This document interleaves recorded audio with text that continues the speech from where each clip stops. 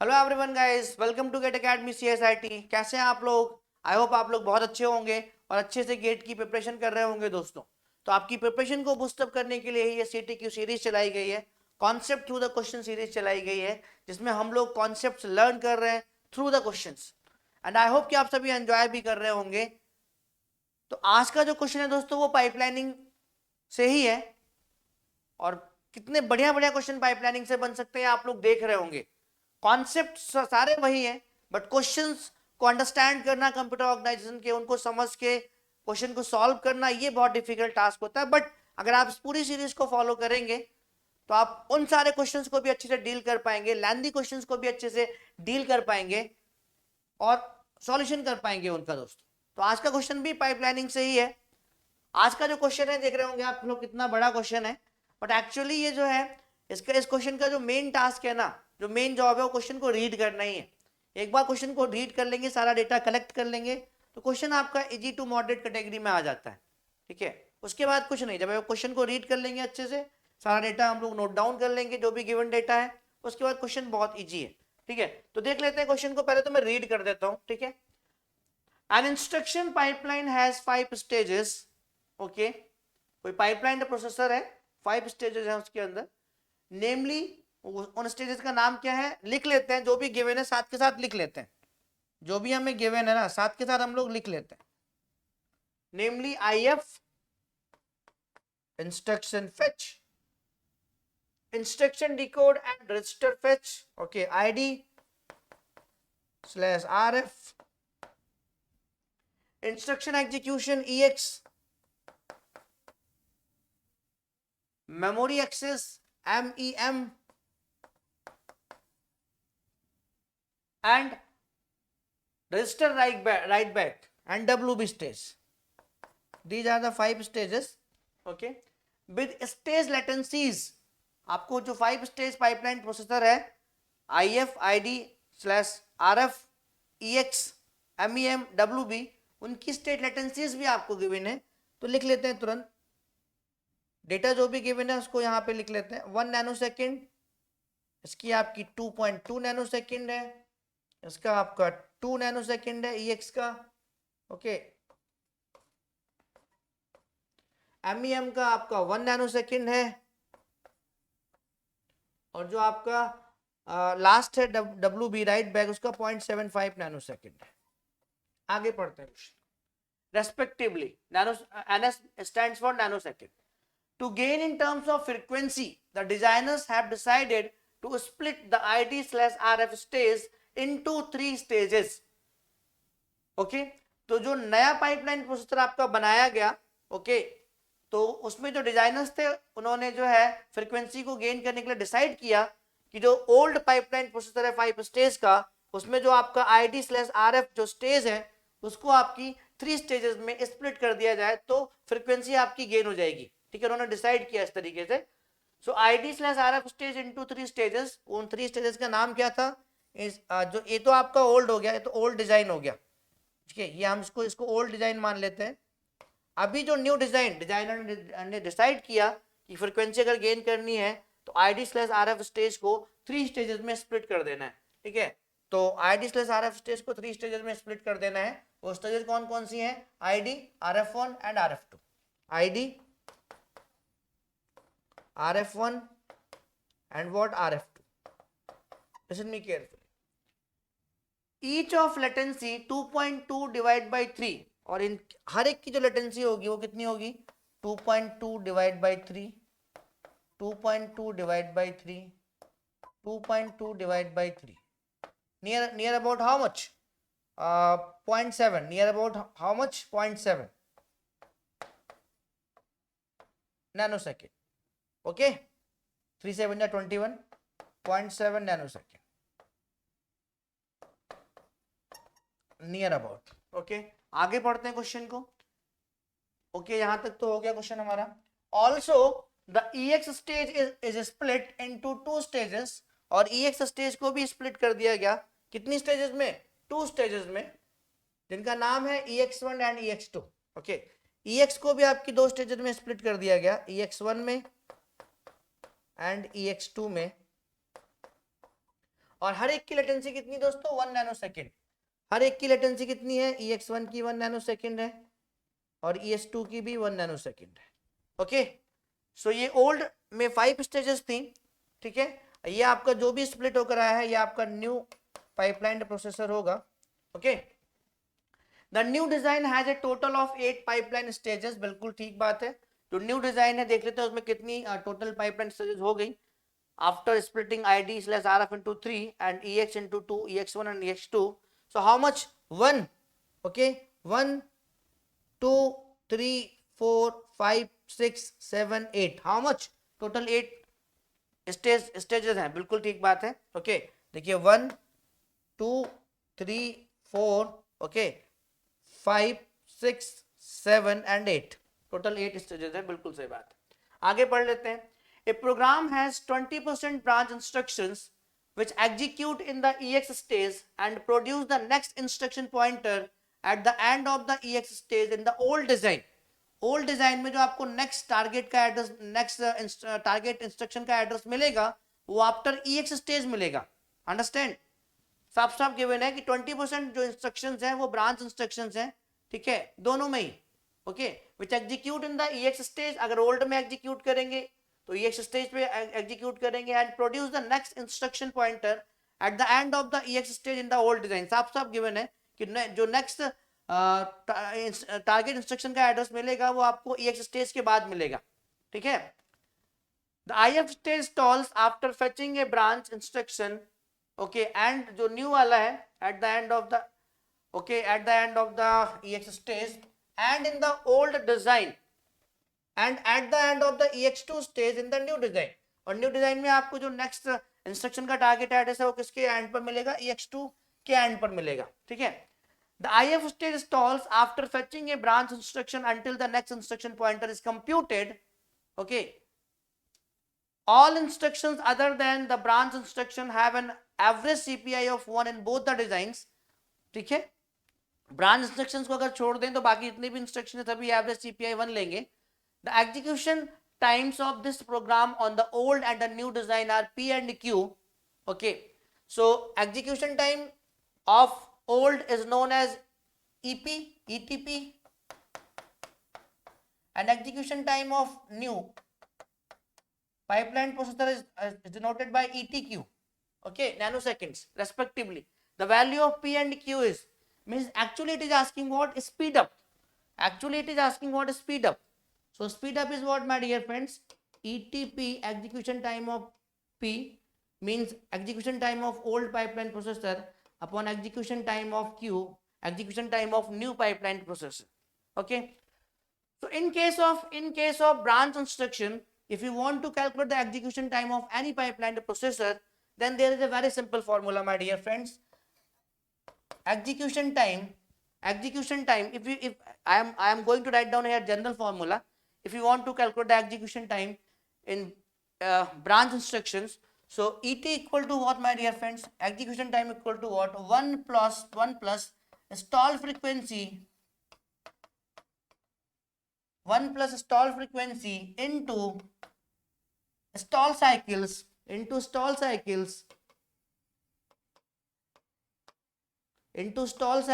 This is the very important formula in case of branch instruction, okay, into what, my dear friends? Cycle time, into what? Cycle time, okay। So I am going to calculate how many stall cycles in the old pipeline processor and how many stall cycles in the new pipeline processor, okay। And what is stall frequency here? Stall frequency is what, my dear friends? 20%. Only 20% instructions are the branch instructions. Only 20% instructions are the branch instructions. So only 20% instruction will create the what, my dear friends? If instruction is a branch instruction, then only instruction will create what? The stall cycle. Otherwise, remaining instruction will take on an average CPI equal to 1. तो 20% instruction ही आपकी क्या करेंगे? आपकी stall cycles create करेंगे। सो stall frequency आपकी क्या हो गई यहाँ पर दोस्तों? दोनों के लिए स्टॉल फ्रीक्वेंसी कितनी हो जाएगी? दोनों के लिए, ओल्ड और न्यू के लिए 20% का मतलब है 0.2। स्टॉल फ्रीक्वेंसी कितनी हो गई? 0.2। अभी हमें सिर्फ क्या चाहिए? स्टॉल साइकिल चाहिए। ओल्ड के लिए और न्यू के लिए, और साइकिल टाइम ओल्ड का चाहिए और न्यू का चाहिए। तो देखो अगर हम लोग साइकिल टाइम यहाँ से निकालना चाहें, बहुत आराम से और बहुत प्यार से समझा रहा हूँ मैं आपको, अगर ओल्ड के लिए हम लोग साइकिल टाइम निकालना चाहेंगे तो ये नॉन यूनिफॉर्म पाइपलाइन प्रोसेसर है, मतलब हर एक स्टेज की जो स्टेट लेटेंसी है वो आपकी डिफरेंट डिफरेंट है। तो कैसे निकालते हैं, यहाँ पे अगर ओल्ड के लिए निकालूं मैं तो कैसे निकालूंगा, cycle time of old, cycle time of old अगर निकाले हम लोग, यानी कि पी, जिसको हम लोगों ने पी से डिनोट किया हुआ है, तो कैसे निकालेंगे, मैक्स करके। सो मैक्स करके निकालेंगे ना, तो मैक्स करके निकालेंगे तो कितनी स्टेट लेटेंसीज है, 1,2.2 सब नैनो सेकंड में है, 2,1, 0.75 तो मैक्स कितनी हो जाएगी 2.2 नैनो सेकंड। ओल्ड के लिए कितना निकला है cycle time 2.2 nano second. New के लिए निकाल लेते हैं, न्यू के लिए निकालो यहाँ पर, तो न्यू के लिए निकालेंगे साइकिल टाइम ऑफ न्यू, तो ये भी इसमें भी आपका वही करके निकालेंगे, ठीक है, तो मैक्स करके ही निकालेंगे। तो मैक्स कितनी है, 8 स्टेजेस हैं, 1 nano second, 1, 0.7, 0.7, 0.7, okay, comma here 1 nano second, 1 nano second, 1, 1, 1 फिर से 1, 0.75, 0.75, so how much 1 is the max, okay, so what is cycle time new कितना हो गया 1 नैनो सेकंड हो गया। अब सिर्फ हमें नंबर ऑफ स्टॉल्स निकालनी है in the old pipeline processor when there is a branch instruction, then how many stall cycles will be generated, okay, and in the new pipeline processor. So just listen me carefully, okay. So if instruction is a branch instruction in the old pipeline processor, then next instruction target address will be available after the execution of ex stage, after the execution of ex stage, okay. Suppose if instruction is a branch instruction, if id slash rf, okay, if id slash rf, and what my dear friends, and ex and ex and ex mem and wb, mem and wb, okay. If this instruction is a branch instruction, if this instruction is a branch instruction, okay, then next instruction target address will be available after the execution of this, after the execution of this ex stage, okay. So we cannot perform the next instruction fetch here, we cannot perform the next instruction fetch here, okay, we cannot perform the next instruction fetch here, okay. We can perform the next instruction fetch after this ex stage, so we can perform if here, okay, we can perform only if here, okay. Then after id slash rf, then after what my dear friends, ex, then after mem, then after wb, then after wb. So how many, okay, so we cannot perform the instruction fetch, we cannot perform the instruction fetch here, okay, we cannot perform the instruction fetch here. So how many stalls is there my dear friends, how many stall cycles is there, okay, here 2 stall cycles, 1 and 2, okay, 1 and 2, we cannot fetch the next instruction here, okay, and here also, because the next target address will be available after the ex stage, so we can perform the if instruction fetch here, okay. So how many stall cycles generated in the old, stall cycles generated in the old pipeline processor when there is a branch instruction, okay, this is for the old, and for new how many stall cycles, okay. If this instruction is a branch instruction and there are total 8 stages, okay, if id rf1, rf2, ex1, ex2, mem and wb, okay, these are the 1 2 3 4 5 6 7 8, these are the 8 stages, and as given in the question, जैसा कि आपको question में given है कि जो if there is a branch instruction, then the next target instruction address will be available after the stage of ex2. So we cannot perform if instruction here, not here, not here, not here, not here. After this ex stage 2, we can perform the if, instruction fetch. Okay, so how many stall cycles generated in the new pipeline processor? 1, 2, 3, 4, 5. How much stall cycles? How much, my dear friends, in the new pipeline processor? 5. Okay, साफ साफ question में given है कि next instruction target address आपको किस stage के बाद मिलेगा, तो यहाँ पे एक्स के बाद मिलेगा, तो यहाँ पे आई नहीं परफॉर्म कर सकते, यहाँ पे नहीं कर सकते, तो स्टॉल साइकिल्स 2 हो गई। न्यू में EX2 के बाद मिलेगा, तो यहाँ पर IF नहीं कर सकते, यहाँ पर भी नहीं, यहाँ पर भी नहीं, यहाँ पर भी नहीं, यहाँ पर आफ्टर EX2 IF परफॉर्म कर सकते हैं। तो नंबर ऑफ स्टॉल साइकिल्स इसमें कितनी हो गई आपकी? 5। इसमें कितनी हो गई? ओल्ड वाले में 2। अब निकाल दो यार भाई, जो भी आपसे पूछा है आप निकाल दीजिए। तो आपको ET execution time of old pipeline processor निकालना है। जब ब्रांच इंस्ट्रक्शन के केस में तो कैसे निकालोगे? 1 प्लस बाकी की सारी स्टेज आपको कितना ले रही हैं? 1 क्लॉक साइकिल ले रही है, CPI 1 है। बस जो 20% इंस्ट्रक्शन है आपकी, जो ब्रांच इंस्ट्रक्शन हैं, वो आपकी एक्स्ट्रा साइकिल लेंगी, ठीक है। तो स्टॉल फ्रीक्वेंसी कितनी है? 0.2। स्टॉल फ्रीक्वेंसी फॉर्मूला बता ही चुका हूँ, 1 plus stall frequency into stall cycles, और पूरे को मल्टीप्लाई कर देंगे साइकिल टाइम से। तो स्टॉल फ्रीक्वेंसी कितनी है? 0.2 इंटू स्टॉल साइकिल ओल्ड वाले में कितने हैं? 2 multiplied by cycle time old कितना आया था? 2.2 नैनो सेकेंड। हम लोगों ने कैलकुलेट ऑलरेडी कर लिया था, तो यहां से कितना आ जाएगा? सॉल्व कर लो। 1 plus how much 0.4, 1 plus 0.4 multiplied by what? 2.2 nanosecond. So what will come? 1.4 nanosecond into 1.4. Okay, 1.4 multiplied by 2.2 nanosecond. So what will come? So please multiply it. 2.2 into 1.4, 8 and 4 to the 8. 2 8 8 to 10 0 1 3.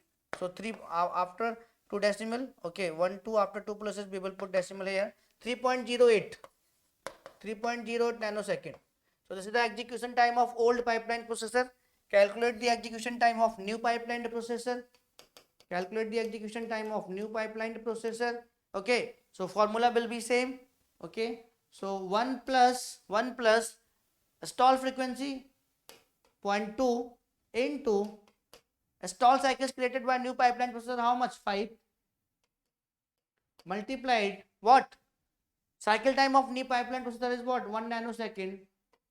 हम लोगों ने calculate किया था, तो यहाँ पे कितना हो जाएगा? 2 5 जा 10, तो ये हो जाएगा 1 plus 1, okay, multiplied by 1 nanosecond. तो how much? 2 into 1 nanosecond. So what? 2 nanosecond. So this is the what, my dear friends? This is the execution time of new pipeline processor. Calculate हमें क्या करना है? ओल्ड को P से represent किया है, new को Q से रिप्रेजेंट किया है, तो आपको स्पीड अप निकालना है। Okay, this is the execution time denoted by P in the question, and this is the execution time of new denoted by Q. तो हमें P अपॉन Q करना है, स्पीड अप निकालना है, P अपॉन Q करना है। तो P मेरा कितना है? 3.08, और Q मेरा कितना है दोस्तों? 2 नैनोसेकेंड। ओके, सो नैनोसेकेंड से नैनोसेकेंड आपका गायब। इसको आप डिवाइड कर लीजिए, कितना आएगा? इसको आप डिवाइड कर लीजिए, फाइनल आंसर आपका आ जाएगा न्यूमेरिकल में। और आप इसको जो है NAT टाइप का क्वेश्चन था वहाँ पे फिल कर देंगे, वहाँ पे क्या करेंगे आप इसको फिल कर देंगे। तो 3.08 डिवाइड बाई 2, तो 1.54. ओके, तो speed up equal to what? P upon Q will be what? 1.54. This is the final answer. So need to fill in the blank. Okay, so this is the final answer. I hope आपको बहुत अच्छे समझ में आया होगा। तो final answer कितना आ गया? 1.54. P upon Q की वैल्यू कितनी आ गई my dear friends? 1.54. So I hope कि आपने एंजॉय किया होगा, क्वेश्चन के कॉन्सेप्ट को समझा होगा, ठीक है। So thank you everyone.